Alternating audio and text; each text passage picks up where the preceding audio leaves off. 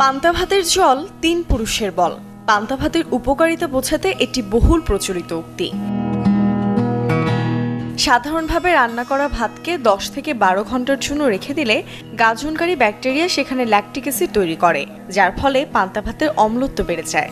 তখন পচনকারী ও অন্যান্য ক্ষতিকারক ব্যাকটেরিয়া বা ছত্রাক ভাত নষ্ট করতে পারে না। ১০০ গ্রাম পান্তা ভাতে ৭৩.৯১ মিলিগ্রাম আয়রন থাকে, যেখানে সমপরিমাণ গরম ভাতে থাকে মাত্র ৩.৪ মিলিগ্রাম। অন্যদিকে সমপরিমাণ পান্তায় পটাশিয়ামের পরিমাণ বেড়ে হয় ৮৩৯ মিলিগ্রাম এবং ক্যালসিয়ামের পরিমাণ বেড়ে হয় ৮৫০ মিলিগ্রাম, যেখানে সমপরিমাণ গরম ভাতে ক্যালসিয়াম থাকে মাত্র ২১ মিলিগ্রাম। পান্তা ভাতের রয়েছে বহু উপকারিতা। পান্তা ভাত খেলে শরীর হালকা থাকে এবং কাজে বেশি শক্তি পাওয়া যায়। পেটের পীড়া ভালো হয়, আয়রনের ঘাটতি